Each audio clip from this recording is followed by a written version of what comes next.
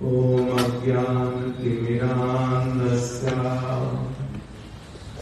ज्ञानाञ्जनशलाकया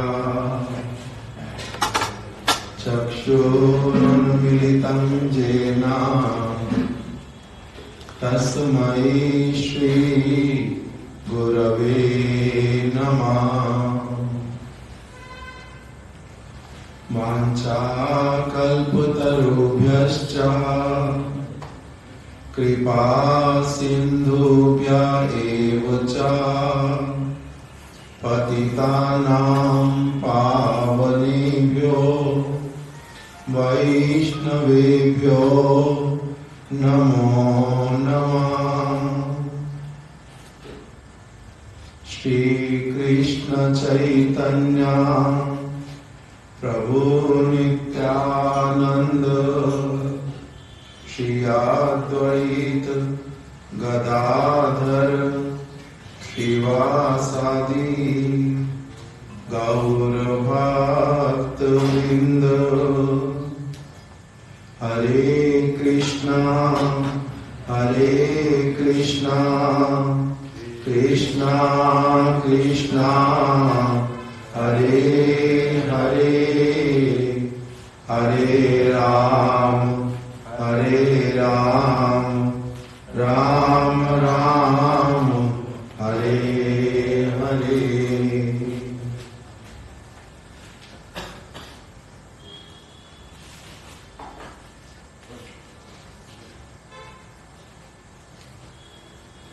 आज हम लोग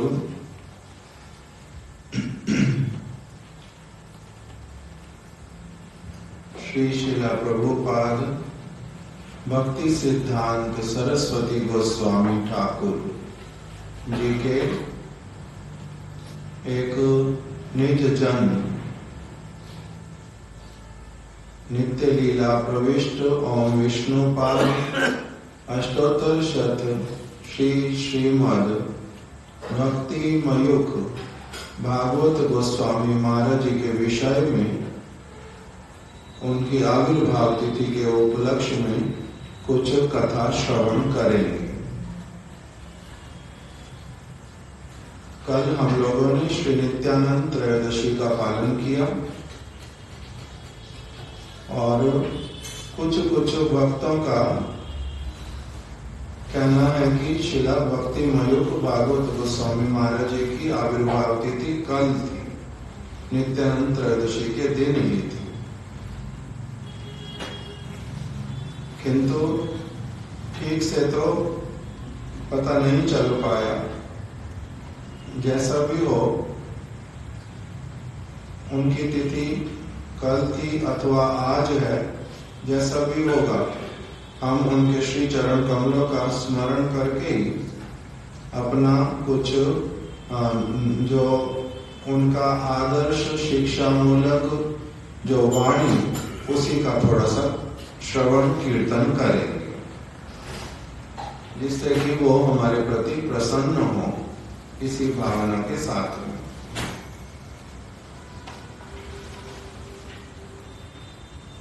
श्रील भक्ति मयूख भागवत गोस्वामी महाराज जी, इनके बहुत सारे प्रबंध हैं लिखे हुए, जो कि उसमें उनके प्रबंध हमारे गुरुदेव की जो भागवत पत्रिका, उसमें भी जो प्राचीन पत्रिकाएं हैं, उसमें भी उनके द्वारा लिखित जो प्रबंध हैं वो प्राप्त होते हैं।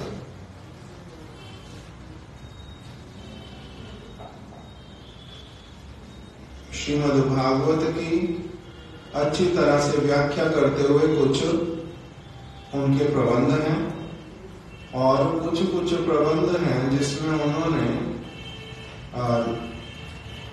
विभिन्न विषयों को गुरु तत्व के विषय में अच्छे से उठाया। यहाँ पर जो हमारे यहाँ पर जो ये पादुका है हमारे गुरुदेव की और हमारे महाराज जी की, इसके चारों ओर कुछ श्लोक लिखे हुए, 4 श्लोक लिखे हुए हैं। गुरु की पादुका की महिमा, वो उन्हीं के द्वारा ही संग्रहित एक प्रबंध में से हमने लिया था।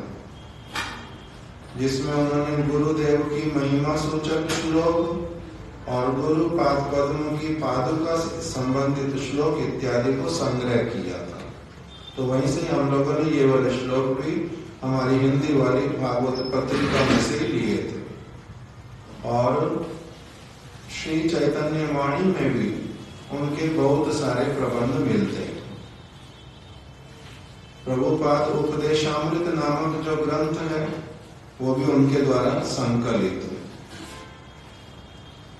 प्रभुपाद जी की लेखनी कथाओं में से उन्होंने अपनी आप से प्रश्न और उत्तर के रूप में वो सारा ग्रंथ जो है उसको निर्माण किया। प्रभुपाद उपदेशामृत बहुत अच्छा ग्रंथ है। बहुत सारे भक्त लोग उसको पुनः पुनः श्रवण कीर्तन करते हैं। एक समय शिला भक्ति वेदांत वामन गोस्वामी महाराज जी ने भी उसके ऊपर लगभग 3 महीने कथा की थी उसी ग्रंथ में से। विशेष ग्रंथ सभी भक्तों को बहुत प्रिय है। बहुत सारे भक्त लोग उस ग्रंथ को पढ़ते हैं। इस्कॉन में भी उस ग्रंथ को पूरा अनुवाद किया अंग्रेजी में। वहां पर भी सभी लोग वितरण करते हैं उस ग्रंथ को और बड़ी अच्छी तरह से पढ़ते हैं। श्रील प्रभुपाद उपदेशामृत। तो इसमें उन्हीं का ही बहुत योगदान। अभी एक उनकी जो वाणी उसी में से हम लोग कुछ श्रवण करेंगे। कृष्ण प्रेष्ठ शिला सरस्वती ठाकुर। जब शिला प्रभुपाद जी के शतवार्षिकी हुई, 100 वर्ष जब शिला प्रभुपाद जी के आविर्भाव को हो गए थे, तब उन्होंने ये वाला प्रबंध लिखा था। और अभी जो 28-29 तारीख को जो प्रभुपाद जी की तिथि आएगी, तब कितने वर्ष हो जाएंगे? 150 वर्ष। अर्थात उनका ये प्रबंध 50 वर्ष पहले लिखा गया था। शिला प्रभुपाद जी के 100 वर्ष जब हुए तब उन्होंने लिखा था। अभी 150वां आ गया। तो 50 वर्ष पहले वाला उनका जो प्रबंध, हम उसको थोड़ा सा इसी में से श्रवण करेंगे। ये प्रबंध बड़ा है, बहुत बड़ा सरल भाषा में लिखा हुआ और बड़े हृदय स्पर्शी एकदम से। उसी में से हम लोग थोड़ा सा कुछ जो है उसको श्रवण करेंगे। सबसे पहले उन्होंने लिखा आमरा श्रौत पंथी। हम लोग जो हैं, हम लोग कौन है? श्रौत पंथी। इसका अर्थ क्या होता है? गुरु से भगवान की वाणी को श्रवण करके उसके ऊपर पूर्ण आस्था स्थापित करके अपना जीवन जो है उसमें उन्नत होते हैं। इसको कहते हैं श्रौत पंथी, श्रौत पंथा। पहले ग्रंथ नहीं होते थे। गुरु जो बोलते थे शिष्य उनको स्मरण कर लेता था। बाद में फिर ग्रंथ लिखने का समय हुआ, अलग समय में। पहले केवल श्रुतिधर सुन लेते थे, धारण करते थे, उसी के अनुसार ही चलता था। तो हम लोग भी श्रौत पंथी किस रूप में कि गुरु वैष्णव गण जो कथा कीर्तन करते हैं, जिस वस्तु को वो लिख करके देते हैं, उसी के अनुसार ही हम लोग चलते हैं। जैसे विद्यालय में बच्चा वो क्या करता है? जो अध्यापक पढ़ाते हैं वो पढ़ लेता है। कैसे पढ़ता है, कैसे सीखता है, कैसे समझता है सारी बात को? पहले सुनते सुनते धारण करने लग जाता है। तो इसी को ही कहते हैं श्रौत पंथी।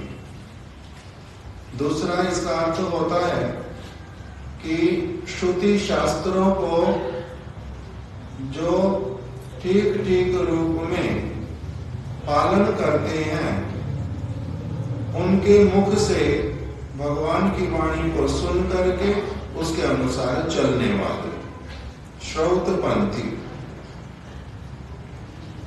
यही जन्ने आमदर निजर कोनो कथा नहीं। तो इसलिए वो कहते हैं, इसलिए हमारी जो अपनी कोई बात हमारी नहीं है, हम लोग अपनी कोई बात नहीं बोलते। किसकी बात बोलते हैं? शास्त्र की, गुरु की। क्यों? क्योंकि हम कौन है? श्रौतपंथी। हमारा अपना बनाया हुआ, हमारा अपना मनगढ़ंत कोई भी चीज नहीं है, काल्पनिक कुछ नहीं। आमरा कृष्ण प्रेष्ठ गुरुदेवेर श्री मुखे जे सब कथा श्रवणेर सौभाग्य पाइया छी, श्री श्री गुरु गौरांगीर कृपा भिक्षा कोरिया, से सब कथा ही आलोचना कोरिया ताकि हम लोगों ने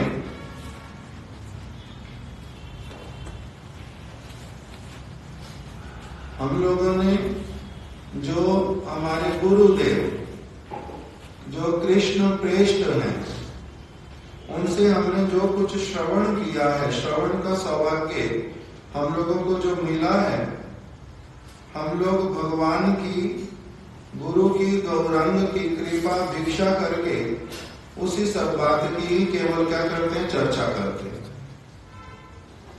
अपनी बात की कोई चर्चा करने की आवश्यकता पड़ती नहीं। गुरु गौरांग की जो कथा, गुरु मुख से जो हमने कथा सुनी है, उसी की हम चर्चा करते हैं कि उससे क्या होता है? आते श्रोता और वक्ता उभयरी मंगल है। इससे सुनने वाले व्यक्ति का और बोलने वाले व्यक्ति का, श्रोता और वक्ता दोनों का ही मंगल होता है। कब? जब वो क्या करें? श्री गुरु के मुख की वाणी अथवा शास्त्र की वाणी का कीर्तन करें। तो इसके द्वारा जो कीर्तन करने वाला उसका भी मंगल, जो श्रवण करने वाला उसका भी मंगल। तो इसलिए उन्होंने बोल दिया, हमारा अपना कुछ भी कहने का बात नहीं है। हमने अपनी क्या बात करनी?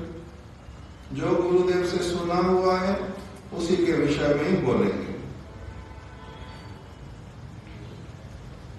और यदि कोई ऐसा करता है, केवल वो भगवान की बात और गुरु के मुख से श्रवण की हुई बात कोई बोलता है, सुनता है, तो इससे भगवान बहुत प्रसन्न होते हैं, गुरु प्रसन्न होते हैं और वो कृपा करते हैं अपने आश्रित के, भक्त के ऊपर। फिर कह रहे हैं कि मैं लेखक, वक्ता, पाठक, प्रचारक अथवा उपदेष्टा नहीं हूं। क्या बताया आपने विषय में? मैं लेखक नहीं हूं। यद्यपि लिखने जा रहे हैं ना अभी, किंतु फिर भी क्या कह रहे हैं कि मैं लेखक नहीं हूं। क्यों? क्योंकि मैंने तो केवल जो सुना है उसी को ही मैं क्या करूंगा? लिखूंगा। तो मैं लेखक कहां हुआ? मैं लेखक नहीं हूं, मैं वक्ता भी नहीं हूं। मैं थोड़ा ना बोल रहा हूं, जिनकी बात बोल रहा हूं वो वास्तविक रूप में बोल रहे हैं। मैं तो केवल क्या हूं? निमित्त हूं। मैं लेखक नहीं हूं, मैं वक्ता नहीं हूं, मैं पाठक भी नहीं हूं, मैं प्रचारक भी नहीं हूं और मैं उपदेष्टा भी नहीं हूं।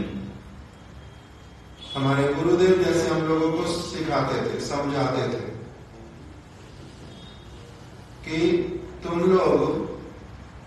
लोगों को परिक्रमा कराने के लिए ब्रजमंडल की मैं लेके जा रहा हूं। तो इसलिए तुम लोग मन में ये सोचना नहीं कि तुम परिक्रमा कर रहे हो। परिक्रमा कौन कर रहा है? मैं परिक्रमा कर रहा हूं। मैं परिक्रमा कर रहा हूं, तुम थोड़ा ना परिक्रमा कर रहे हो। मैं तुम लोगों को लेकर के जा रहा हूं। परिक्रमा जिस भावना के साथ में की जाती है, उसमें निरंतर भगवान हृदय में रहते हैं, उस तरह से, जिस तरह से परिक्रमा करने की विधि तुम लोग अभी वैसे वाला नहीं कर पाओगे। इसलिए केवल साथ में ही रहो, चलो, जो सुनाता हूं सुन लो, उसी में ही तुम्हारा मंगल है। तो इसलिए परिक्रमा कर कौन रहा है? मैं कर रहा हूं। फिर बोलते थे कि तुम लोगों को यदि कहीं पर कुछ कथा बोलने के लिए, कहीं कुछ कीर्तन करने के लिए कहा जाता है, तो इसका अर्थ ये नहीं सोच लेना कि तुम लोग प्रचारक हो गए। तुम लोग प्रचारक नहीं हो। हमारी वाणी बोलोगे, जिसकी वाणी बोलोगे, उसी को क्या कहा जाता है? वो है प्रचारक। प्रचार करने वाले वो। तुम केवल क्या करोगे? उनकी बातों को दोहराओगे, उसमें अपनी कोई कल्पना करना नहीं। तो इसी भावना के साथ में बोल रहे हैं कि मैं लेखक नहीं हूं, मैं वक्ता नहीं हूं, मैं पाठक नहीं हूं, प्रचारक भी नहीं हूं और उपदेष्टा भी नहीं हूं। ये सत्य बात भी है। इसलिए गुरु वर्ग जो है हम लोगों को वास्तविक रूप में दर्पण दिखलाते हैं। श्री कृष्णदास कविराज गोस्वामी ने भी लिखा, चैतन्य चरितामृत लिखते समय, एक ग्रंथ लिखाए मोरे मदन मोहन। वृंदावन धाम में जमुना जी के तट पर जो मदन मोहन देव हैं, वही मेरे से ये वाला ग्रंथ लिखवा रहे हैं। एक ग्रंथ लिखाए मोरे मदन मोहन, आमार लेखनी जेनो शुकेर पठन। तोते को जैसे जो सिखा दो तोता वही बोलता है, उसी तरह से मेरे को जो मदन मोहन बुलवा रहे हैं, जो सिखा देते हैं, मैं केवल वही लिख रहा हूं। मेरा अपना कुछ लिखना नहीं है। तो इसीलिए श्री भक्ति मयूख भागवत गोस्वामी महाराज जी भी उसी प्रकार से कह रहे हैं कि मैं कौन हूं? मैं लेखक नहीं हूं, मैं वक्ता नहीं हूं, मैं पाठक नहीं हूं, मैं प्रचारक नहीं हूं और न ही मैं उपदेष्टा हूं। उपदेष्टा मतलब दूसरों को उपदेश करने वाला। कह रहे मैं उपदेष्टा भी नहीं हूं। मैं जो कुछ लिखने जा रहा हूं वो मैं अपने मंगल के लिए गुरुदेव की वाणी को स्वयं को अच्छे से स्मरण कराने के लिए, और जो लिख रहा हूं उसी के द्वारा मेरे गुरुदेव की शिक्षा मेरे हृदय में बैठ जाए अच्छी तरह से, इसीलिए लिख रहा हूं, अपने लिए लिख रहा हूं। आमी के एक प्रश्न उत्तरे आमी बोले, अगर कहते हैं मेरे को कोई पूछता है कि आप कौन हो, मेरे से अगर कोई पूछता है कि आप कौन हो, तो मैं अपना परिचय क्या देता हूं? मैं अपने गुरु पाद पद्म का अयोग्य भृत्य हूं, अयोग्य दास हूं और अत्यंत अयोग्य होइलो तार नित्य किंकर। बहुत अधिक अयोग्य होने पर भी मैं उनका नित्य दास हूं। क्या परिचय है मेरा? यही हमारा परिचय, यही मेरा परिचय है कि मैं अपने गुरुदेव का, प्रभुपाद का अत्यंत अयोग्य दास हूं, किंतु अत्यंत अयोग्य होने पर भी नित्य ही उनका दास हूं। गुरु किंकर आमरा, गुरुवाणी, महाजनवाणी व वैकुंठ वाणी प्रियन मात्र। कह रहे गुरु के दास का, गुरु के दास हम लोग जो हैं, हमारा, हम लोग का परिचय है कि हम उन्हीं गुरु की वाणी के, महाजनों की वाणी, गुरु वाणी और महाजन वाणी। महाजन वाणी मतलब गुरु परंपरा के और जो आचार्य गण, और वैकुंठ वाणी, वैकुंठ वाणी मतलब भगवान के धाम की जो वाणी, हम उसके पियन हैं। पियन का काम क्या होता है? जैसा प्रभुपाद जी ने कहा कि हम श्री चैतन्य महाप्रभु की वाणी के वाहक मात्र हैं। और किसी किसी स्थान पर पियन भी कहा। पियन क्या करता है? चपरासी क्या करता है? अथवा जो पोस्टमैन होता है, डाकिया, वो क्या करता है? एक व्यक्ति के संवाद को, संदेश को दूसरे व्यक्ति जिसके पास वो भेजना चाहते हैं उसके संवाद को पहुंचा देता है। चपरासी पियन का क्या काम होता है? वो द्वार पर अगर कोई आया, मान लो विद्यालय में कोई पियन है, द्वार पर कोई आया हेडमास्टर के लिए कुछ पत्र देने के लिए, तो चपरासी क्या करता है? पत्र ले जाकर के हेडमास्टर के पास पहुंचा देता है। और अगर हेडमास्टर किसी और के पास उसको कुछ भेजता है तो उनका संदेश भेज दे आता है जाकर के। तो उसी प्रकार से कह रहे हैं कि हम लोग कौन हैं? हम गुरु के अगर सचमुच में किंकर हैं तो गुरु की वाणी, महाजन की वाणी और वैकुंठ की वाणी के हम पियन हैं। हमें केवल उनकी वाणी ही हमें कीर्तन करनी है, हमारा अपना कुछ है ही नहीं।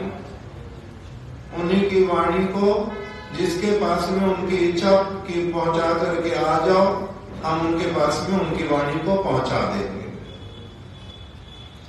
ताई कृष्ण शक्ति गुरुदेवर कृपा आशीर्वाद ओ पद धूली आमदेर एकमात्र आकांक्षणीय। इसीलिए हमारी गुरुदेव के चरणों में जो कौन है? गुरुदेव की कृपा शक्ति है, वो भगवान की कृष्ण शक्ति, गुरुदेव की कृपा को ही हम चाहते हैं। वही हमारा भरोसा है, वही हमारी आकांक्षा है, वही हमारा बल है और वही हमारा साहस है। कह रहे किसके साहस से हम बोलते हैं बातें, किसके बल में बलवान होकर के बोलते हैं? गुरुदेव के वचनों में।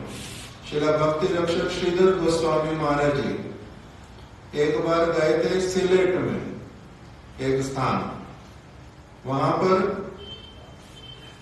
श्रीला माधव गोस्वामी महाराज साथ में, श्रीला भक्ति श्री रूप सिद्धांति गोस्वामी महाराज साथ में। ये वाली कथा हम लोग बहुत बार सुनते हैं। वहां पर श्रीला सिद्धांति गोस्वामी महाराज जी ने क्या बोल दिया? वहां पर बोल दिया कि जो विवेकानंद, मैं उनको विवेकानंद, हम उनको मानते नहीं। उन्होंने गीता का कह दिया कि गीता को पढ़ने से तो बहुत अच्छा है कि क्रिकेट खेल लो, फुटबॉल खेल लो, कम से कम शरीर ठीक रहेगा। गीता को पढ़ने का क्या लाभ? दूसरा उन्होंने क्या कह दिया? दूसरा उन्होंने कहा, कौन सी बात उनकी दूसरी? हाँ,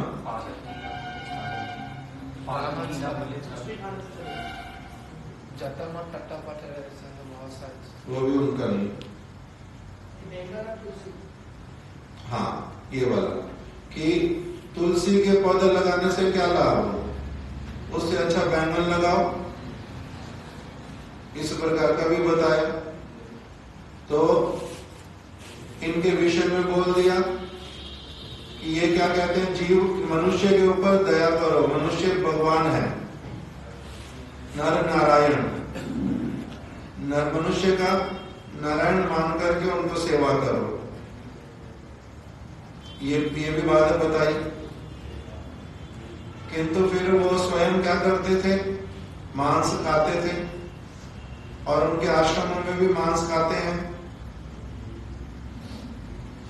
तो इसीलिए श्रीला सिद्धांत गोस्वामी महाराज जी ने बोल दिया जब कि मैं इनको विवेकानंद नहीं मानता कि ये विवेकी व्यक्ति हैं और आनंदित हैं उसके कारण, मैं इनको विवेकानंद मानता हूं। ये विवेक रहित है, केवल मनुष्य को बोलते हैं इनको भगवान मान के सेवा करो और दूसरी तरफ पशुओं का वध करके खाओ। ये क्या बात हुई? उनमें प्राण नहीं है। मनुष्यों का दुख दूर करोगे और पशुओं को, मछलियों को, पक्षियों को मार करके खाओगे, तो इसलिए मैं इनको क्या कहता हूं, विवेकानंद है, विवेकानंद नहीं है। बंगाली में विवेका का मतलब जिसका विवेक नहीं है। फिर दूसरा उन्होंने बोल दिया कि ये विवेकानंद जिनको गुरु मानता है, रामकृष्ण परमहंस, मैं उनको भी कोई अच्छा साधु, अच्छा व्यक्ति मानता नहीं। किस लिए? क्योंकि भगवत गीता में ही भगवान ने बताया देवी देवता की जो आराधना करता है वो क्या है? देवी देवताओं की आराधना भगवान श्री कृष्ण कह रहे हैं कि वो अविधि है। वेद में नहीं बताया गया ऐसा करना चाहिए मनुष्य को, वो अविधि है, ऐसा नहीं करना चाहिए, भगवान ने बोल दिया। किंतु वो काली की पूजा करते हैं, कभी कोई और पूजा करते हैं, तो इसलिए भगवान की बात मानते नहीं। इसीलिए उन्होंने कह दिया, उनका नाम ऐसे जगत में जो प्रसिद्ध है रामकृष्ण परमहंस। तो कहते हैं कि वो परमहंस नहीं है। किस चीज के परमहंस? परमहंस का मतलब होता है जो दूध का दूध, पानी का पानी बिल्कुल अच्छी तरह से अलग करके दूध पान करता है। भागवत हो, गीता हो, वेद हो, पुराण हो, सारे भगवान की भक्ति करने के लिए बोलते हैं। तो इसीलिए उनका विचार जो है भूल है। उनको बोल दिया वो रामकृष्ण परमहंस नहीं है, उनका नाम रख दिया उन्होंने, कथा में बोल दिया राम छागल। छागल का मतलब बकरी। तो उन्होंने बोल दिया वो कैसे है? पागल की ना बोले, छागल की ना खाए। पागल व्यक्ति जैसे क्या नहीं बोलता है, कुछ भी बोलता है। और छागल की ना खाए, बकरी क्या नहीं खाती है। तो इसी तरह से ये जब जो इच्छा अपना उसी तरह से पालन करेंगे, अपनी इच्छा के अनुसार देवी पूजा करेंगे, पशुओं की बलि चढ़ाएंगे और उनको कष्ट पहुंचाएंगे, इसलिए वो परमहंस नहीं है, वो राम छागल। ऐसा बोल दिया। लोग बड़े बिगड़ गए कुछ वहां पर। कितने बड़े लोग हैं, विवेकानंद जिनका कितना नाम है सब जगह पर, रामकृष्ण परमहंस का कहाँ नाम है, और आप लोग उनको इस तरह से बोल रहे, इतना अपमानित करते हो, ऐसे लड़ाई जैसा हो गया। तब श्रीला श्रीधर गोस्वामी महाराज जी ने बोला कि देखो भाई, हम लोग अपनी बात नहीं बोल रहे, हम लोग कहाँ की बात बोल रहे हैं? भागवत की बात बोल रहे हैं, गीता की बात बोल रहे हैं। अगर आप लोगों को शिकायत है तो आपकी शिकायत करो जाकर के कृष्ण से, आपकी शिकायत करो वेद व्यास जी से, क्योंकि हम उनकी बातें बोल रहे हैं भागवत से। हम थोड़ा ना अपनी बातें बोल रहे हैं, हम प्रचारक नहीं है, वो है प्रचारक। हम उनकी बात से कन्विंस हैं, उनकी बात केवल आप लोगों तक पहुंचा रहे हैं। अगर आप लोग हमारे को उससे अच्छी कोई बात बता सको, हम लोग आपकी बात मानना शुरू कर देंगे। मगर अगर नहीं बता पाए तो फिर आपकी बात क्यों मानेंगे?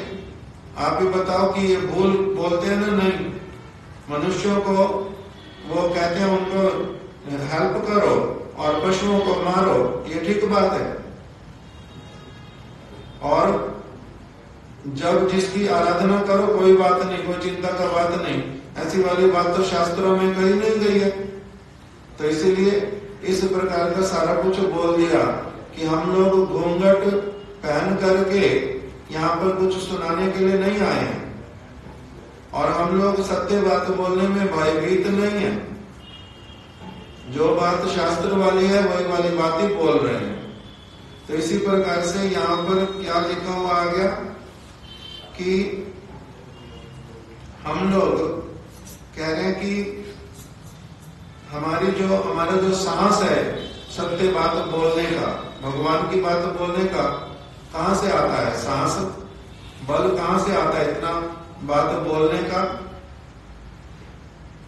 जैसे सुबह कथा सुन रहे हैं, छोटे से बालक लक्ष्मण देशी कवि शंकराचार्य जी को चैलेंज कर दिया कि उनका शब्द गलत है, तो कैसे आ जाता है ये वाला बल, ये साहस?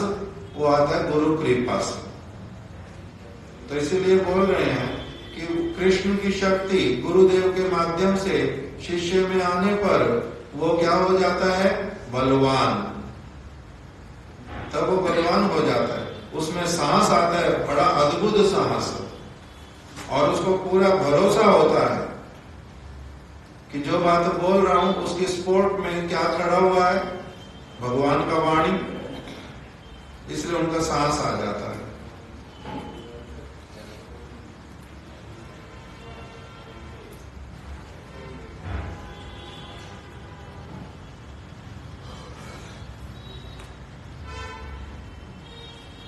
श्री गुरुदेव श्री कृष्ण नित्य संगी, जो श्री गुरु होते हैं, वास्तविक जो गुरु होते हैं, वो सदैव भगवान के संगी होते हैं, भगवान के साथ में रहते हैं। वो संसार के किसी प्राणी के साथ नहीं रहते। किसके साथ रहते हैं, भगवान के साथ में। श्री गुरुदेव श्री कृष्ण के नित्य संगी हैं, अर्थात सदैव उनके निकट में रहने वाले हैं। और जेखाने कृष्ण सेखाने गुरु, जहां पर कृष्ण है वहीं पर गुरु है, और जहां पर गुरु है वहीं कृष्ण सदैव विराजित होते हैं। किस प्रकार की बात बता दी है कि श्री गुरुदेव श्री कृष्ण के नित्य संगी हैं। श्री गुरुदेव सदैव किसके साथ रहते हैं, कृष्ण के साथ में, मतलब कृष्ण के परिकर, कृष्ण के धाम में रहते हैं, वो सदैव उनके साथ ही रहते हैं। और जहां पर भी कहीं कृष्ण हो वहां पर गुरु सदैव उनके साथ में है, और जहां पर भी गुरु हैं कृष्ण अपने आप से उनके साथ विराजित होते ही होते। अलग से गुरु कभी नहीं रहते। श्री वामन गोस्वामी महाराज जी को एक बार किसी ने बोला, किसी स्थान पर गए, सेवकों का कक्ष जो है थोड़ा दूरी पर था, इनका एक कक्ष वो थोड़ा दूरी पर था, थोड़ा सा अंतर दोनों कक्षों के बीच में, कमरों के बीच में। तो उनको कह दिया कि महाराज आप यहाँ पर अकेले रह जाएंगे, हम लोग सभी दूसरे वाले कमरे में चले जाएं, थोड़ी थोड़ी दूरी पर है कमरे, तो महाराज जी आप यहाँ पर अकेले रह जाएंगे, हम लोग वहां पर चले जाएं दूसरे कमरे में। तो उन्होंने उत्तर दिया कि मैं अकेला रह जाऊं, मैं तो कभी अकेला रहता नहीं, मैं कभी अकेला रहता ही नहीं हूं, मैं सदैव अपने गुरुदेव के साथ में रहता हूं, मैं अपने परम गुरुदेव के साथ में रहता हूं, मैं क्यों अकेला क्यों रहूंगा, मैं अकेला कभी रहता ही नहीं।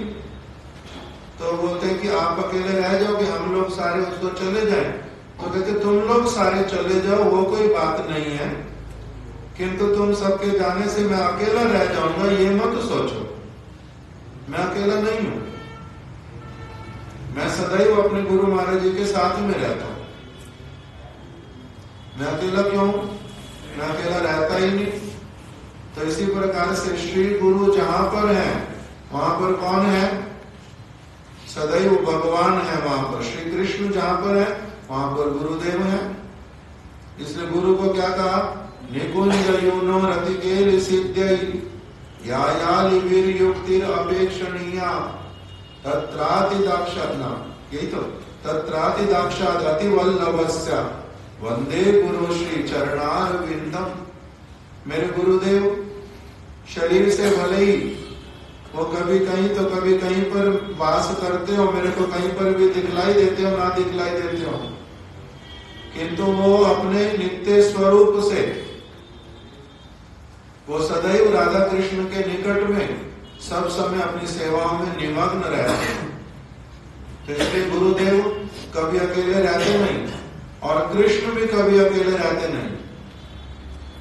श्री कृष्ण को अकेले रहना कभी भी पसंद नहीं, वो सदैव अपने परिकरों के साथ में रहते हैं। सूर्य कभी भी अपने तेज के बिना होता है, सूर्य अपने प्रकाश के बिना कभी रहता है। उसी प्रकार से कृष्ण अपने गुरु भक्तों के साथ और भक्त कृष्ण के साथ उनका कभी विच्छेद होता नहीं, सदैव एक साथ रहते हैं। इसलिए उन्होंने बोल दिया जहां पर कृष्ण है वहीं पर गुरु है, और जहां गुरु रहते हैं वहीं पर ही कृष्ण सदैव विराजित रहते हैं। गुरु और कृष्ण परस्पर अविच्छेद्य संबंध विशिष्ट। गुरु और कृष्ण उनमें परस्पर जो संबंध है वो कैसे वाला? अविच्छेद्य। अविच्छेद्य मतलब जिसको कोई भी विच्छेद नहीं कर सकता। अग्नि से, अग्नि की दायिका शक्ति को कोई अलग कर सकता है? अग्नि और अग्नि का ताप, सूर्य और सूर्य के प्रकाश को, और कस्तूरी और कस्तूरी की सुगंध को क्या अलग करना संभव है?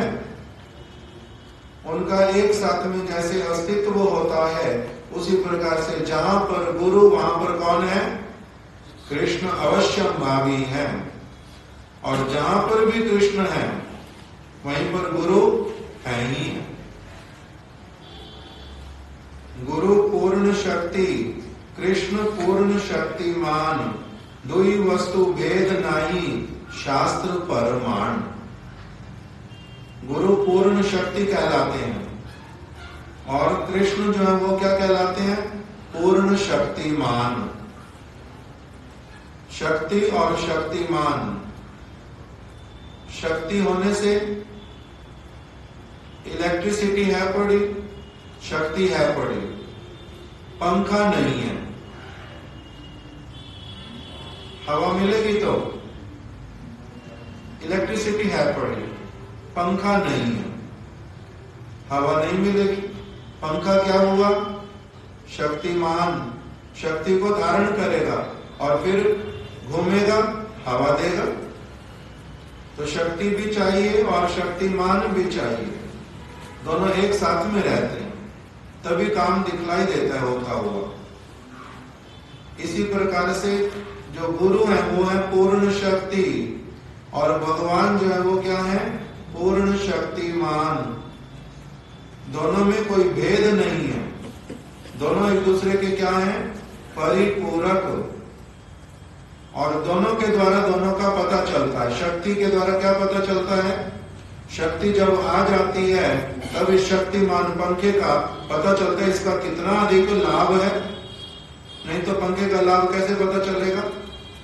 शक्ति आती है, शक्तिमान का हमारे को परिचय मिलता है, और शक्तिमान है तब उसके द्वारा शक्ति बीच में पीछे से आ रही है उसका अनुभव होता है। तो इसलिए दोनों एक दूसरे से ऐसे जुड़े हुए हैं, गुरु और भगवान कृष्ण की दोनों का संबंध अविच्छेद्य। फिर दूसरा कह रहे हैं आमरा लघु होते हो लघु। हम छोटे से भी बहुत छोटे हैं, हम अज्ञानी से भी बहुत अधिक अज्ञानी हैं। लघु होते हो लघु, हमारे बहुत सारी हमारे में कमियां हैं, बहुत प्रकार की अज्ञानता है,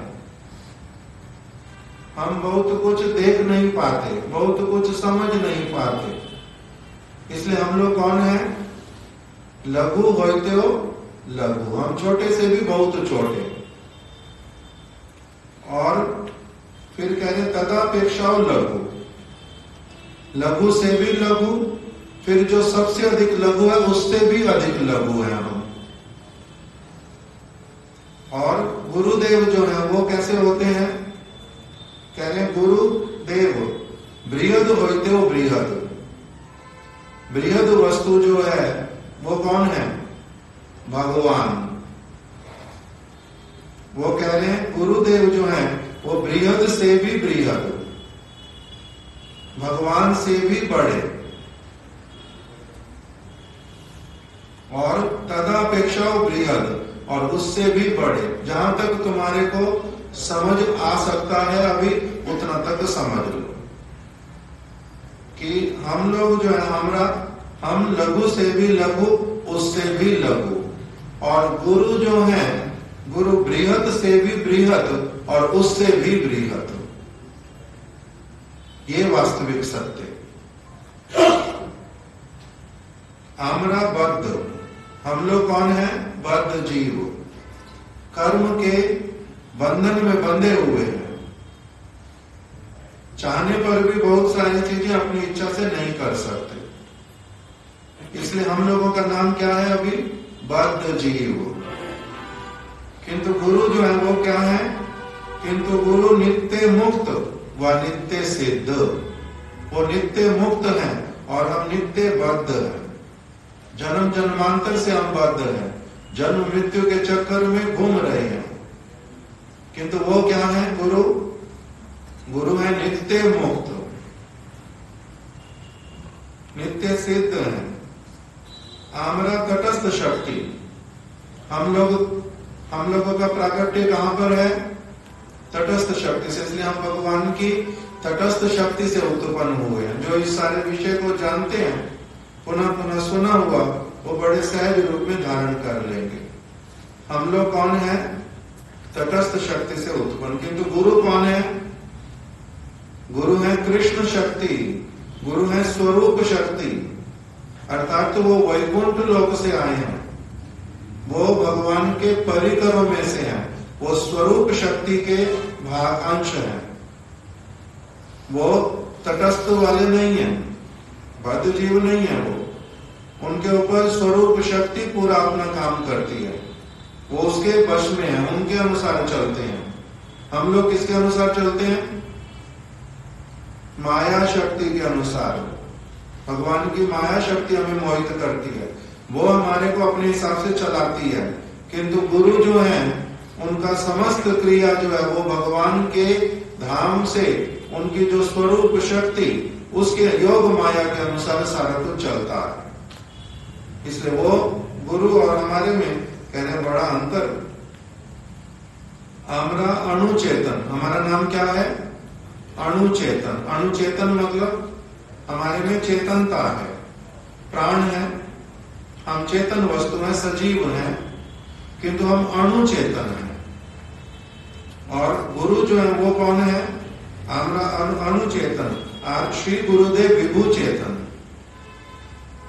जैसे भगवान को कहते हैं विभू चेतन, उसी प्रकार से उनके जो नित्य सिद्ध परिकर गण, जो स्वरूप शक्ति के अंतर्गत आते हैं, उन सबको भी क्या कहते हैं? वो कौन है?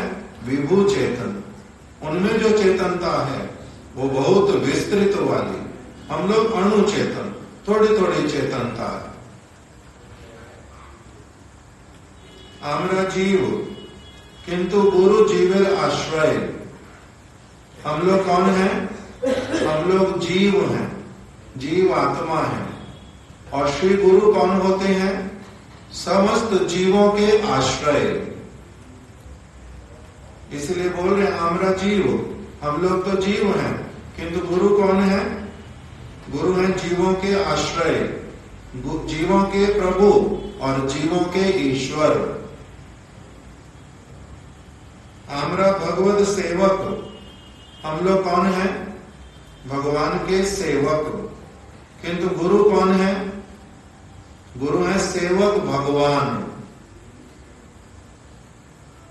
ये शब्द समझ आते हैं उन लोगों को जो अच्छी तरह से ये गुरु तत्व की बात को सुनते और बार बार इसका अनुशीलन करते रहते हैं। गुरु भगवान नहीं है।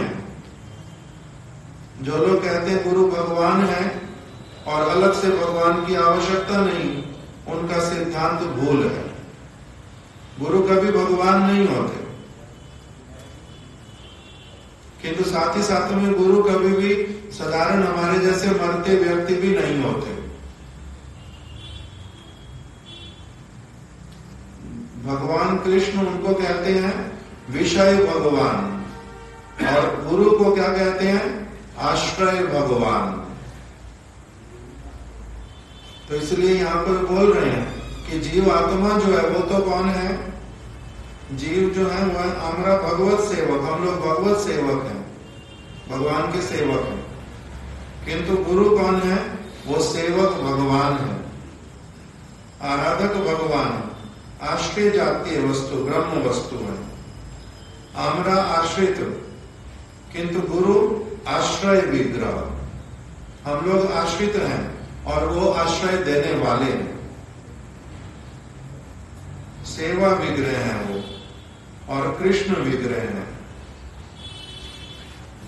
गुरु कृष्ण भैया, कृष्ण प्रेष्ठ भक्त राज। गुरु जो है वो कौन के क्या कहलाते हैं? भक्त राज, कृष्ण के भक्तों में सर्वश्रेष्ठ, कृष्ण के अत्यंत प्रिय हैं। इसलिए कह रहे हैं कि शास्त्रों में लिखा हुआ है, कुता पाप क्षयस्तेषाम कुतस्तेषां च मंगलम येषाम नैवा हृदयस्थो अयम मंगलायतनो हरि। हृदयस्थ मंगल मूर्ति श्री गुरु गोविंद चिंता चारा करे ना। जो गुरु गोविंद की अपने हृदय में कभी चिंता नहीं करता, कभी उनके विषय में सोचता नहीं, कभी उनको जानने की कोई कामना नहीं करता, ऐसे वाला जो व्यक्ति है, कह रहे हैं उनके पाप कभी भी दूर नहीं होते और उनके अमंगल कभी भी कटते नहीं। अमंगल दूर नहीं होते उनके, और मंगल अमंगल काटे ना एवं मंगलो है ना, उनका मंगल नहीं होता, केवल जागतिक मंगल होता रहता है। कभी होता है तो जागतिक मंगल होना अलग बात है, आत्मा का वास्तविक मंगल नित्य मंगल होना अलग बात है।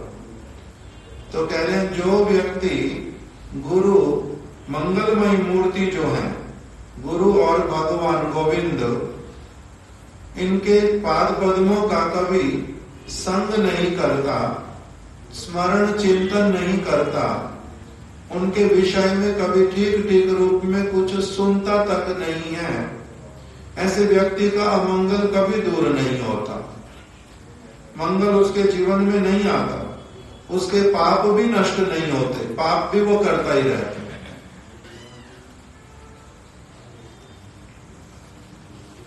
तादेर अमंगल असुविधा और दुख पदे पदे हो जाता, कि उनको तो पद पद पर क्या होता है,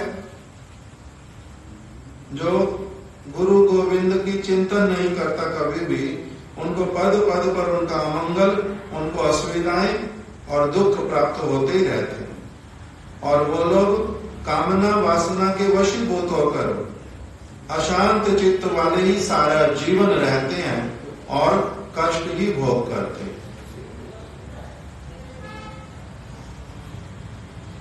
इसलिए शास्त्र में कहा गया, सर्वत्र व्यापक प्रभुर सदा सर्वत्र वास। भगवान जो है वो कैसे हैं? सर्वव्यापक हैं और उनका सर्वत्र वास है। कोई ऐसा स्थान नहीं है जहां पर भगवान नहीं है, कोई ऐसा कण नहीं है जिसमें भगवान ना हो। भगवान कण कण में विराजमान है। यहाँ ते संशय जार, जो इस वस्तु को स्वीकार नहीं कर पाता, जिसको इस बात में संशय होता है, जो सोचता है मैं अपना कुछ छिपा लूंगा, किसी को पता चलने नहीं दूंगा, ऐसे वाला व्यक्ति जिसको संशय होता है इस बात में कि भगवान सर्वत्र नहीं है और मुझे सब समय देख नहीं रहे हैं, ऐसा वाला जो व्यक्ति है उसको क्या कहते हैं? यहाँ पे संशय जार तार है नाश। उसका फिर क्या होता है? नाश होता है, अमंगल होता है।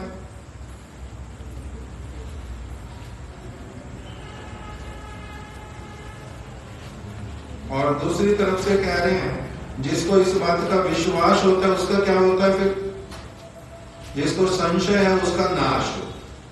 फिर दूसरी तरफ से बोल रहे हैं, सर्वव्यापक प्रभु सदा सर्वत्र वास, यहाँ के विश्वास जार तार दुख नाश। जिसको इसके ऊपर विश्वास होता है उसके सारे दुखों का नाश हो जाता है। क्यों? दुख का कारण ही क्या है? पाप। मुझे कोई देख नहीं रहा, मैं छिपा लूंगा, जिसको कष्ट दूंगा दे दूंगा, मेरे को इसका फल थोड़ा ना मिलेगा। इस प्रकार से सोचता है तभी पाप करता है, नहीं तो पाप करेगा नहीं और फिर दुखी होएगा नहीं। इसीलिए कह रहे हैं हमारे नित्य पिता भगवान श्री गुरु गोविंद आमार हृदय प्रत्येक जीवेर हृदय एवं सर्वत्र अवस्थान करिया सतत आमाके रक्षा करितेछेन।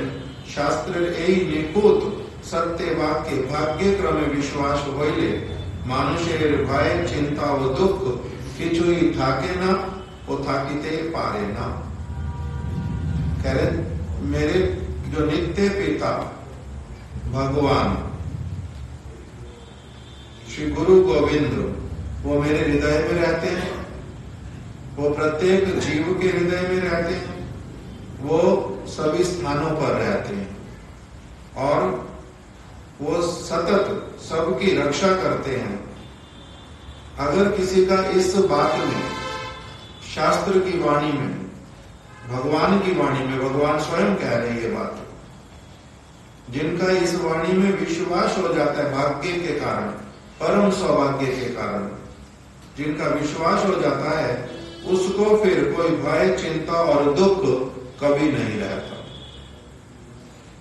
इसलिए बोलते तू अकेला नहीं प्राणी राम तेरे साथ में। बोलते हैं ना तू अकेला नहीं प्राणी राम तेरे साथ में। किस लिए बोलते हैं कि चिंता करने का क्या बात है, किसी भी अवस्था में वो तो तेरे साथ में है सब समय।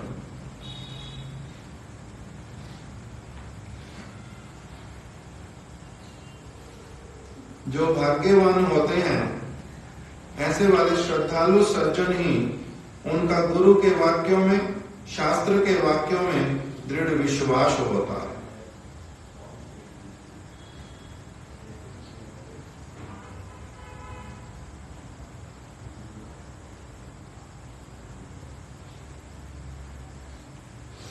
इसीलिए प्रति मुहूर्त ही कह रहे हैं गुरु पाद पद्म का उनकी वाणी का सब समय कीर्तन करना चाहिए, स्मरण रखना चाहिए उनके विचारों को, नहीं तो हम असुविधा में पड़ेंगे।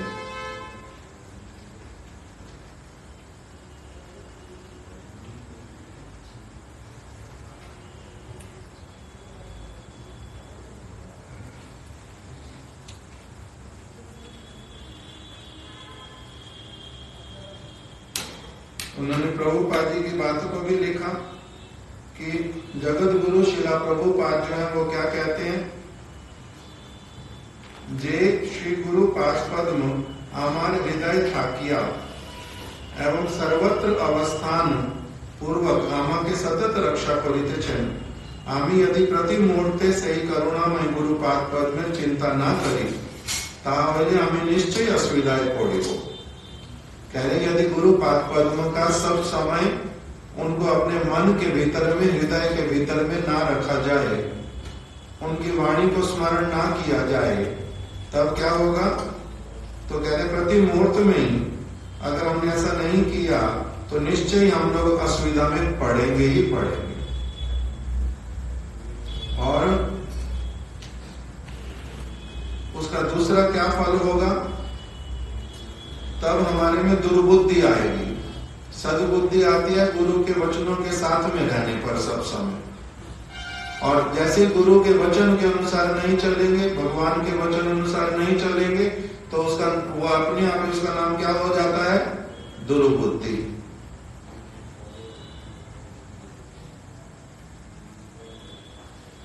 तो वही दुर्बुद्धि आकर के हमें क्या करेगी? हमें दुष्ट मार्ग पर लेकर के चली जाएगी और हमारे मन में लाएगी कि तेरे को गुरु के बात मानने का क्या जरूरत है, तू खुद ही गुरु है, तो कोई कम बुद्धिमान है, दूसरे की बात सुन करके क्यों चलना, उनकी बातें सब समय क्यों स्मरण करना? ये दुर्बुद्धि आएगी कि मैं कम बुद्धिमान हूं क्या, मैं क्या गुरु नहीं हूं, खुद ही मैं सेव्य हूं, मेरे को और किसी की सेवा करने की और किसी की बातें मानने की क्या जरूरत है? मैं खुद ही उल्टा क्या करूंगा?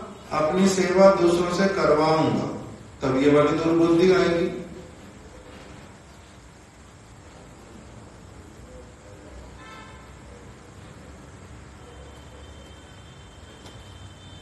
आमला यदि हृदय गुरु पाद पद्म के दर्शन को हृदय पारी, यदि हम अपने हृदय में क्या कर पाए, गुरु पाद पद्म के दर्शन कर पाए। गुरु पाद पद्म के दर्शन सहज है, कह रहे यदि हम अपने हृदय में गुरु पाद पद्म के दर्शन कर पाए और हृदय में उनके भ्रमण को देख पाए, हमारे हृदय में आकर के वो वहां पर क्या कर रहे हैं, अपना बड़े आनंद के साथ में अत्यंत सुंदर मेरा हृदय, उसी मेरे हृदय में वो आकर के क्या कर रहे हैं, भ्रमण कर रहे हैं, उसी स्थान पर वो पर्यटन कर रहे हैं, अच्छी से अच्छी वस्तुओं को देख रहे हैं। वो यदि मैं देख पाऊं कि मेरे गुरुदेव गुरु पाद पद्म मेरे हृदय में विराजित हैं, यदि मैं इस चीज को अब देख पाऊं, कैसे देखना होता है, अर्थात उनकी वाणी मेरे हृदय में सब समय विराजित है, मैं उसके अनुसार चल रहा हूं, और मैं अगर कुछ भी करने जाता हूं मुझे वो स्मरण आते हैं सब समय कि गुरुदेव इस क्रिया से मेरी प्रसन्न होंगे ना नहीं प्रसन्न होंगे, मैं ये काम करूं ना नहीं करूं। वो तो देख रहे हैं, वो तो सर्वज्ञ हैं। मेरे हृदय में यदि मैं उनको देख पाऊं, भ्रमण उनका देख पाऊं, उनका पर्यटन देख पाऊं, तब क्या होगा, तभी मेरा मंगल है। और बातों से व्यक्त की मेरे फिर उसमें मेरा छुटकारा होएगा, तभी मेरे को गुरु के स्फूर्ति के साथ साथ भगवान की स्फूर्ति होएगी। गुरु का स्मरण के साथ साथ अपने आप भगवान चले आएंगे स्मरण में।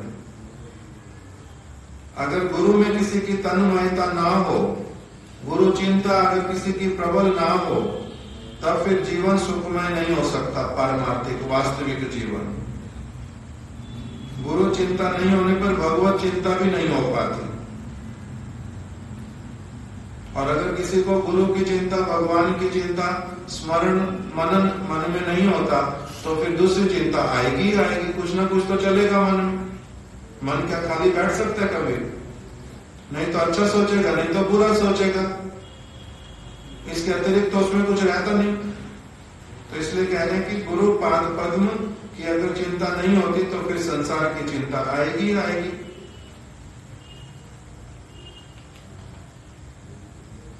इसीलिए प्रभुपाद जी ने लिख दिया, गुरु पाद पद्म की सेवा सर्वाग्रे प्रयोजन।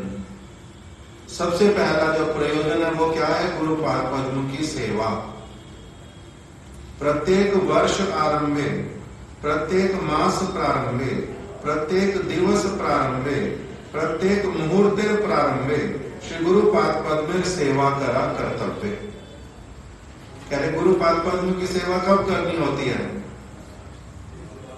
गुरु की सेवा कब करते हैं? हमारे गुरुदेव बोलते थे मथुरा में कि मेरे बहुत सारे ऐसे शिष्य हैं जो एक साल में एक बार आते हैं। कब? गुरु पूर्णिमा के दिन। गुरु पूर्णिमा के दिन आते हैं एक बार, एक साल में। और फिर कहते थे कोई कोई तो ऐसा है जो 4 साल में एक बार गुरु पूर्णिमा पे आ जाता है। और उनका जो माला है वो चूहा ले गया, वो ऐसा बोलते हैं, महाराज जी आज दूसरी माला दे दो। कुछ समय पहले चूहा जो है माला ले गया था, फिर मिली नहीं। ऐसे वाले भी शिष्य हैं। किंतु यहां पर बोल रहे हैं कि गुरु की सेवा, गुरु पाद पद्म की सेवा जो है वो प्रत्येक वर्ष के प्रारंभ में, फिर प्रत्येक मास के प्रारंभ में, फिर प्रत्येक दिवस के प्रारंभ में, फिर प्रत्येक मुहूर्त के प्रारंभ में गुरु की सेवा करना कर्तव्य है। ऐसा वाला कोई, हम लोग तो आश्रम में आकर के भी ये नहीं कर पा रहे। कहां संभव? दिन में 2 बार अगर कीर्तन में बैठना पड़ता है, तभी अभी सुबह किया था, फिर शाम को किया, अभी फिर शाम को किया, फिर कल सुबह फिर बैठना, फिर कल सुबह बैठ, फिर शाम को फिर बैठना, सब समय यही कर ही जाए। किसी किसी जगह क्या होता है, जब किसी के घर में कार्यक्रम दो अपने घर में कर दो मठ में कर लिया कथा कीर्तन, फिर किसी के घर में जाना, फिर से वहां पर फिर से क्या शुरू करना है? सबसे पहले गुरु वंदना करो, फिर भगवान की वैष्णव की वंदना करो, फिर भगवान की। तो ऐसे लगता है टेप रिकॉर्डर है, हम कोई ना मशीन है, बार बार वही का वही करे जाना है। तो इसीलिए ये जो स्थिति बोल रहे हैं कितना कौन सी स्थिति में जाकर के होएगा कि सब मुहूर्त में मेरे को क्या हो, प्रत्येक मुहूर्त में गुरुपाद पद्म की सेवा, ऐसा जीवन बन जाए और जीवन में कुछ रहे ना। यदि हम अनुक्षण भगवान की सेवा नहीं करें तो निश्चय असुविधा होगी। जिस मुहूर्त में गुरु सेवा को भूल जाएंगे उसी मुहूर्त में क्या होगा, हम अपनी आत्मा के विषय में भी भूल जाएंगे। दिव्य ज्ञान प्रदाता, दिव्य ज्ञान को प्रदान करने वाले जो गुरुपाद पद्म हैं, वही वास्तव में कौन है? मेरे मंगल विधाता, वो मेरा मंगल विधान करने वाले।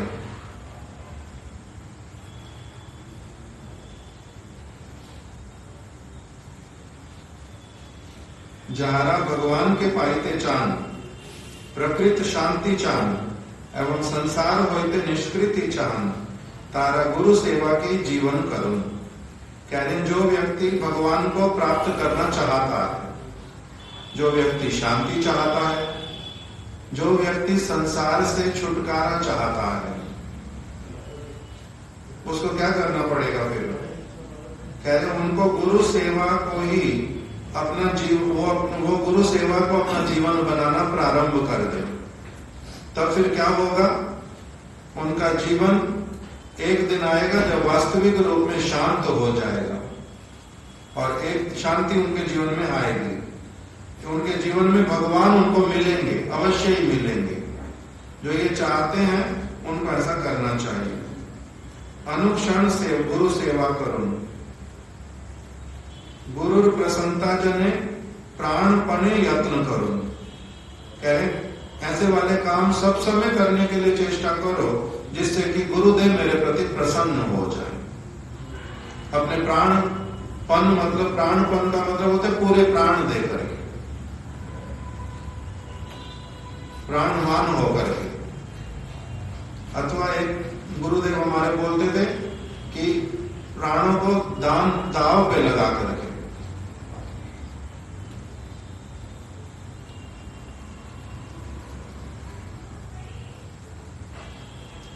यदि कोई ऐसा कर पाए तो उसके जितने अमंगल है सारे, वो अमंगल जो है उनके मुंह के ऊपर कालिक पोत जाएगी। मुंह के ऊपर कालिक पोतना समझते हैं? तो किसके मुंह के ऊपर कालिक पोतते हैं? जो बुरा काम करता है उसके मुंह के ऊपर कालिक पोत देते हैं।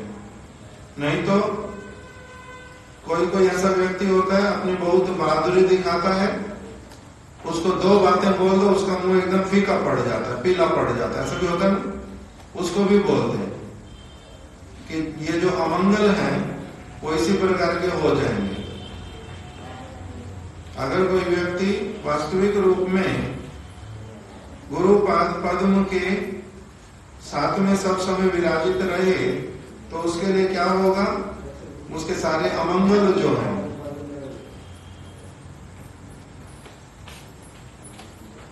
ब्रज प्रभु आप उनसे ले लो।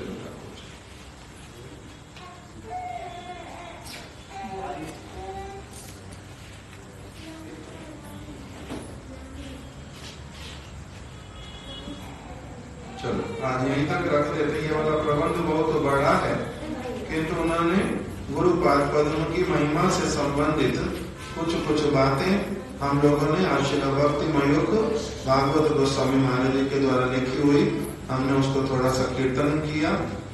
वही हमारे प्रति प्रसन्न हो, यही उनके श्री चरण कमलों में प्रार्थना। शिला भक्ति मयूख भागवत गोस्वामी महाराज की जय। उनकी शुभ आविर्भाव तिथि की जय। तिथि पालनकारी भक्त वृंद की जय। गौर प्रेमानंदे हरि हरि बोल।